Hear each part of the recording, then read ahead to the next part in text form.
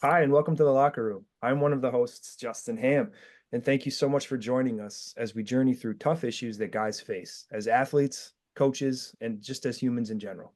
Let's welcome our guest today, Thomas McConnelee, as he is here today to help us navigate the questions of guys, God, and doesn't matter.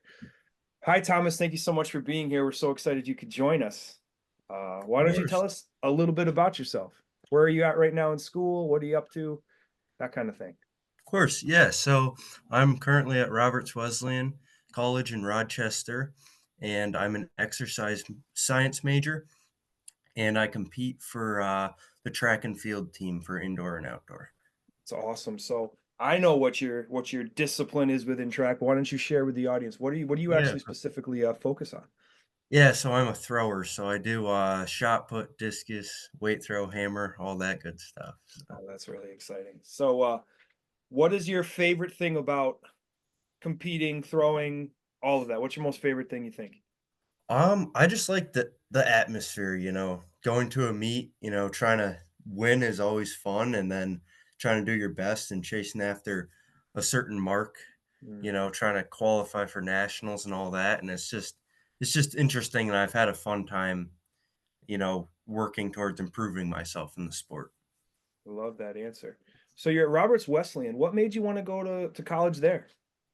So I think I went for a visit my sophomore year in high school, and I went, and it felt very welcoming, and I just felt Okay. like I belonged here, and then it's Christian as well, so I love that aspect. I love that I reached out to the coaches, and we seemed to get along really well. I had a lot of conversations, so yeah, a lot of different things. Pretty cool. So you mentioned that you like the idea that it was a Christian college. So tell us a little bit, why is that something that's important to you as a high level, and I'll brag for you. You are the reigning state champion in discus. Is that correct for high school? It is, yep. So you could have probably gone the pick of your litter anywhere you wanted to go, but what made you want to go to a Christian college? Yeah, I mean, it being Christian is pretty important to me just because, to be surrounded by people that have similar goals as yours and similar, they have Christianity matters a lot to them, and God is the most important thing. You know what I mean? Like not having the sport or anything come before God. Right. No, that makes a lot of sense. So how long have you, if you were to put a, tell us about your faith journey. When did that become real for you?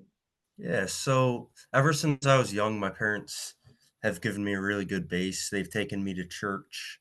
And I've had faith since I was young, but I think when I was 17, I got baptized, so that was when, like, I truly, like, made the decision on my own to follow Mm, God, you know what I mean?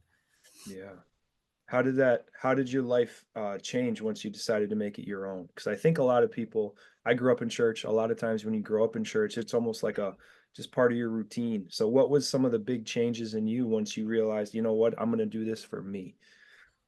I think it's just really, like, when you decide it's you doing it, it's more like, um, you really look more into it, and you try to create a relationship with Mhm. yourself to God, you know what I mean?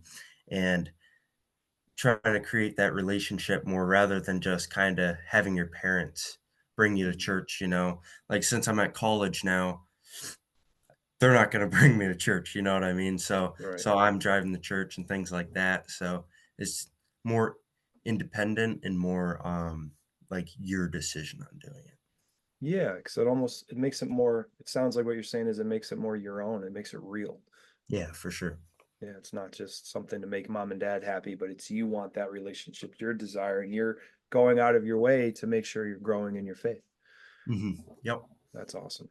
So, tell us a little bit, if you don't mind, what's been the biggest adjustment, right? So I never know who listens to these podcasts. Sometimes it's coaches, it could be athletes. So you're a high level athlete. What's been the biggest adjustment to coming into to Roberts and just adjusting to college athletics, to the routine? What's been one of Mhm. the biggest challenges? Yeah, so the biggest difference between college and high school is just it's up to you how well you do in school, it's up to you how well you do in sports and everything because in schooling, in high school, you have like set classes. Mm, You go to school, you're there all day, and it's kind of like you're going to be in school, so you're going to go to your classes, but you'll see a lot of kids here, and it's it's your decision whether to go to class or not. It's your decision whether to study or not, and it's like a lot of work is done outside of class as well. So, mm, like, a lot of the, um, schoolwork and homework is outside of class, and if you don't do that, you're not gonna do well. right. So how is what are some things that you've noticed just in the sense of, have you seen in your experience the amount of work that it takes that nobody else notices? Whether it's schoolwork, whether it's in the weight room for training for your sport. What's the correlation do you think between, kids who like the idea of it versus those who are actually able to do it? I mean, yeah, it's you just a lot of people like the idea of being an athlete and a student, but it's tough, you know? It's tough to keep up with all your schoolwork, be studying, and also be getting in, 4 or 5 hours, 6 hours of training each day for your sport, and it's tough, but a lot of people aren't willing to do that, but I feel when you see really good athletes, that's the ones that are willing to do all of that.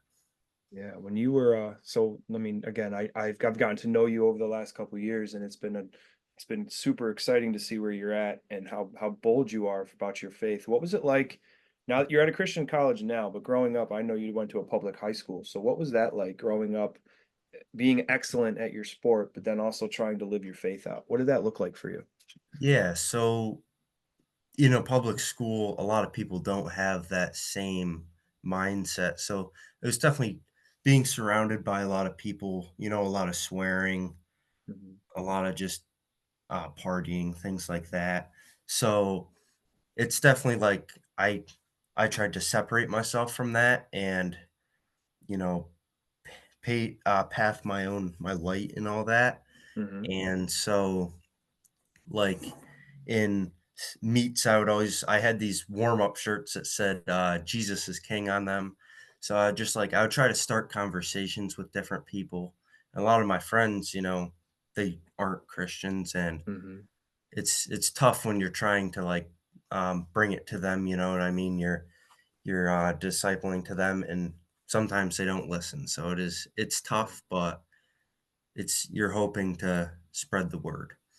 Yeah. So in those times when, when you're sharing your faith and people aren't necessarily responding the way that you would like them to do, how did that make you did that make you keep doing it? Or there's there any moment where you're like, you know what, maybe this isn't for me? Or how did you wrestle with those the lack of success potentially that you could be looking at if you weren't getting the response Yeah, you wanted? I guess I still was pretty persistent with it, I really want to, uh, bring people to Jesus, and just I want people to be saved, so I guess I just kept kinda trying and trying, and even though with a lot of people it didn't work, I still am hoping some of them, maybe that thought at least stays in their head, you know what I mean? Yeah, the Bible's clear. We never know. Like it's up to us to just plant the seeds and the Holy Spirit does the rest. So it For sounds like sure. you did a lot of seed planting during your high school career. Uh, That's yeah, I awesome. tried to. That's awesome. That's fun. That's exciting. How did it feel when someone who is disciplined as you are, and you knew what you wanted to do, but yet you were surrounded by the world and the influences of the world. Were there ever times you felt lonely because you weren't doing the same things that people in school were doing or other people on your team were doing? And how did you deal with that? Yeah, I mean, for sure, because like, in high school, Um, I didn't really have many close friends, to be honest with you, because it was Sure. kinda tough because a lot of them were going out and partying and Right. drinking and doing a bunch of that stuff, and I just wasn't going to, so it was it was definitely, like, I felt a little bit alone, definitely, because I remember I was always, like, thinking, like, it's tough not really having a close friend, you know what I mean?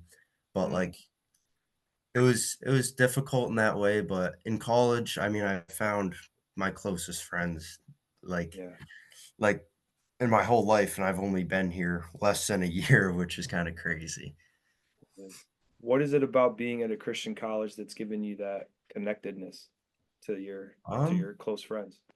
I think, like, the one thing that it doesn't necessarily have to do with it being a Christian college is, the school is set up so the freshman dorms, there's like a, suite place, Okay. and then there's like, I think like 5 dorm rooms connected to that. And then every suite, or at least there's a suite connected to mine, so it's like you really get to know the people in that area.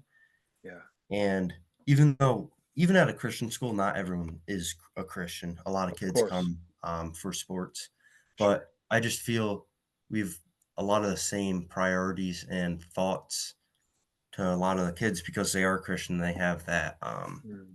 those ideas. Yeah, it sounds like when you surround yourself with people who think like you, right? Whether it's if you're, a Christian, you hang out with other Christians, that's going to give you that sense of community. Or, even if you're an athlete, you hang out with other athletes, you're going to have the same kind of thing on your mind because it's similar ways of looking at things. What would you say to a person, a young person or an athlete who is like in the same situation you found yourself in high school where you want to be bold in your faith, but you feel like you're alone, but at the same time, you want to say something and stand up. Like, how would you encourage one of those, like someone in that same situation? Yeah, I mean, I think it's just be bold and don't worry about what other people think of you, because Mm, I know a lot of people maybe would have thought I was crazy or something, but I just I think it's being strong in your faith is more important. Like God says, if it's lukewarm, he spits it out. So yeah. just being strong, and even if a lot of people don't take what you're saying, just continue to be strong. What is it about you think I guess my question is like why is it so hard do you think for some people to handle potential rejection? What makes it hard to feel rejection? I mean, everyone wants to be in a group. Everyone wants to have a lot of friends, and a lot of people want to fit in everywhere. But fortunately, that's not going to happen. So I think it's just the want to fit in that when like you're not able to be in a friend group because of your certain ideas, that's tough for a lot of people, and it's tough for me too. Because yeah, I want to hang out with. There's guys I like hanging out with, but I Yeah. can't be super close with them just because of what they do. Yeah. And that doesn't mean that they're bad people, right? Nope, It's just a matter of, I know what you want to do, and you can't afford to compromise what you want to do because of something. So I think for that's sure. important to say too. It doesn't make them bad people. It just means it's someone that we need to be intentional with maybe how we're spending our time with them. Yep.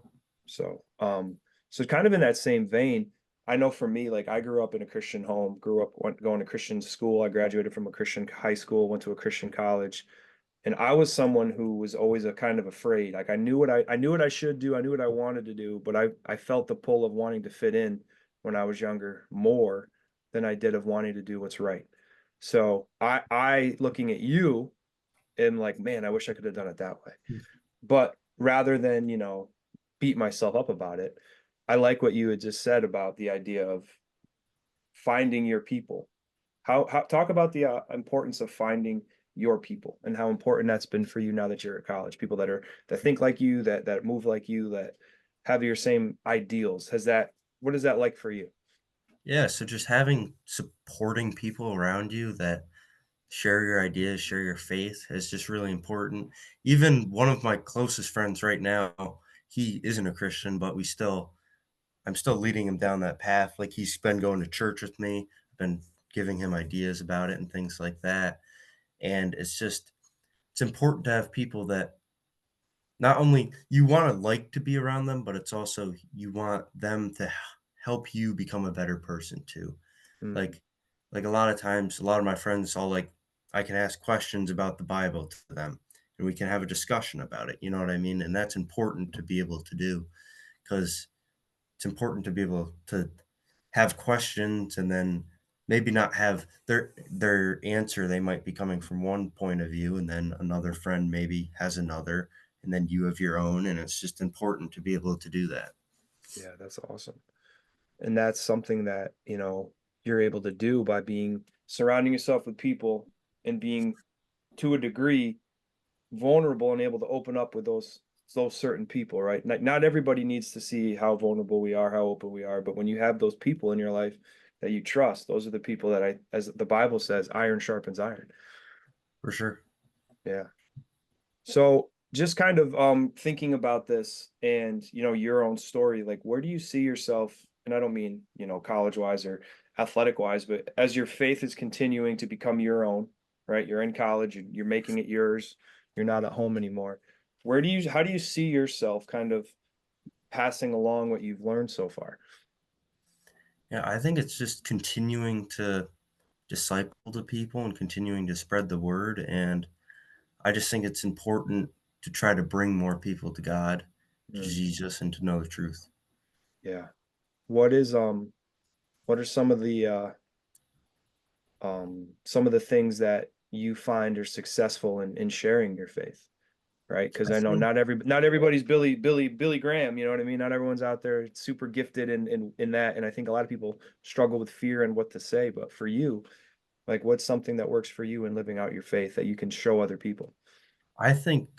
being very open. A lot of people will be like, they'll they'll judge someone if they're trying to tell them something because I'm a sinner, you know what I mean? They're a sinner, Of and just course, being I like to be very open about that. It's like I know I'm not perfect, but still like show them the path and try to, a big thing is a lot of people they want eternal life. You know what I mean? They want to go to heaven. And it's like absolutely. bringing that topic up and being like, you know, there's a way to that, you know what I mean, through God and through Jesus. Yeah, I think a lot of people do. They have that desire for something more, right? And they don't even maybe know what it is, but they know that there's that afterlife is something that I think a lot of people think a lot about. And we know, as the Bible says, that Jesus is the way, the truth, and the life. So it's up to us to share that. But I think you're right. A lot of people are inclined to desiring to know more and have that relationship. And I only asked that question because I know younger me was afraid to like I would struggle sometimes to share my faith. Like I said earlier, I was afraid of rejection. Mhm. So I like that you're saying it's just, be consistent, be open, be vulnerable, be transparent. Um, I think that's a good way to look at it is just living your life and sharing what you know and what you believe. Yeah, for sure. Because, I mean, if people listen to you, they might not immediately respond, but, at some point you might be able to bring them to church or bring Yeah. them to we have like Bible studies too and things like that and just talk about it more openly. That's cool. Do you have is those Bible studies that you do um just as a student, or is that more connected to like the athletic part? So yeah, there's a lot of different Bible studies. So there's an FCA Bible study. I haven't been to that one yet, although I do want to. But there's a minor Bible study for like which is a freshman boys dorm. Okay. I know there's one for the quads, which is a girls dorm. There's a lot of like those are kind of connected to the school in a way, and then there's a lot of more independent ones as well. Okay. That's awesome. Yeah, I know some of my teammates that work in Rochester, one of them, a couple of them help with those huddles there at the college. So Yep. that could be a cool connection. But I that's awesome that they have such an emphasis on studying the Bible. And because I think that's the most important part, right? Like you're not going to grow in your faith unless you're spending time understanding more about who God is, and you get that through spending time in the Bible. For sure. Um, so I guess I know this conversation. I like to just have pull out conversation and go from there. What was what are some of the people in your life, right? So you seem to be someone very strong in your faith, and you're sharing that. So there's probably people that you've impacted, but who are some people that have impacted you in your faith as you to get you to where you are outside of maybe mom or dad? Yeah, so, like here, there's been a lot of people. Um, I have like some of my friends, so there's a pole vaulter and a swimmer that I have a lot of discussions with about the Bible and about faith. And then like during high school, I mean, Pastor Andrew for at Yep. Fusion, who was the pastor, he with all his messages and things, and I got to talk to him a good amount outside of that, and he's definitely helped me in my faith as well. Yeah, Pastor. Yes. Also, for those listening, we go to the same church. So that's actually how I got to know Thomas. We our schools now compete against each other, our high schools, but fortunately I never had to coach against Thomas, but we go to the same church. So I got to know Thomas that way. So our pastor is an amazing speaker and communicator. So we're blessed to have him. How about what do you think the role of coaches are, right? So you Oh, yeah. played soccer in college or high school, I mean, you played soccer, I know you did track. What are the roles that a coach would influence you? Yeah, of course. So I forgot about that. Coach Hantho, who was my throwing coach in high school, we go to the same church too, and Oh yeah, that's right. He's there um, too. yeah, and um, we would obviously have discussions about throwing, but also like we talk about God. We had a lot of like Yeah. we went down to Penn Relays, like a 5 hour drive, and we just had a lot of discussions then. And he's definitely helped me step closer to God as well because I mean, a coach you're spending a lot of time with, and if they're a positive influence, they're just really gonna help you in your journey. And maybe you can, if some of my coaches weren't Christian or didn't know the light, you can guide them that way too. Yeah. And actually what I was thinking, I forgot about Coach Hanto too. I was thinking just about so FCA, like we want to reach every coach and athlete. And one of the things that we talk a lot about is the power that a coach might have over, like, like to your point, you had a 5 hour car ride with Coach Hanto. That's a lot of time to really get to know them. So like coaches have a ton of influence over their athletes. It's just a matter of, sometimes they don't always realize that. So that's where I was going. And then I forgot about Coach Hanto. Yeah, Coach Hanto's the man. So I guess really the last couple questions that I have is, if what's something that you would say to your eighth grade self about, maybe your faith journey, what's something to encourage him? Because it sounds like, from my perspective, that you've always been a moral person, and as you went up through high school, your faith became real to you, and it led to ideas of loneliness and potentially that. So, what would you say to yourself, your eighth grade self, with what you know right now as a sense of like encouragement? Yeah, I think I would just say stay strong in your beliefs and also let God like lead you and trust his path that he has for you because I going through middle school and beginning of high school was all basketball, basketball. And then my freshman year I hurt my hip. And at the Mm, time I thought, oh, this is like the worst thing that can happen. And then that's actually what brought me to throwing because I couldn't run in track because oh I had a man, hip injury. So the only reason why I started throwing was because of an injury that God wow. gave me. So it's like even something that you look at the time and you were like really you thought it was a bad thing, it just turns out to be good. Yeah, that is, I didn't know that. So that is something I did not know. So if it wasn't for your injury, you would have probably played basketball and you never would have figured out you were a thrower. Yeah. Wow. So God took something that at the time in ninth grade you probably thought your life was over because basketball, and now look what he did with it. Yeah. Yeah, it's crazy. I always think back on it and I'm like, wow, it's just incredible. That is incredible. Um, and that's kind of like a picture of like the gospel, right? Where like God takes broken things that to us seem like the end of the world, and he'll figure out a way to make them new as long as we continue to surrender that to him and let him lead us, to your point, versus us trying to take control of the steering wheel. For sure. Um, that's really cool. I did not know that. So I guess the final question that I'll ask for you is, if you could look down the road, right, and see, I know you probably have dreams and ambitions and things you'd love to accomplish. Um, what what do you think it would take for you to get to those parts of what you want to do? Okay. Whether it's in So like athletics as or in general, whatever. Athletics, faith, where do you want to, what are some goals that you have? And you don't have to get specific on it, but like Mhm. what does it take to get where you want to go? One of my big thoughts that's been coming to me is going and being able to do some professional throwing. So Okay. that would be after college, and that's just gonna take time and to see how well I develop. Yeah. So that's one of my big goals. Oh, sorry, you're good, Juve. Take some time and just see how it develops, and then And then also I've thought a lot about being a throws coach at a college as Mm, being my profession, and then that would lead me to have facilities to train at, and then also like I could travel with the team. yeah. And I think it's that same way being a good light to your athletes. So like if I'm coaching them, bring that at least give them an insight of who God is, who Jesus is, and just continue Absolutely. doing that. So that's Yeah. like that's like my goal, I guess, is like professional throwing, do some of that, and then Yeah. just see where it takes me. So that sounds like in order for you to get there, right? Like you can't just wake up one day and say, "Hey, this is what I'm going to do."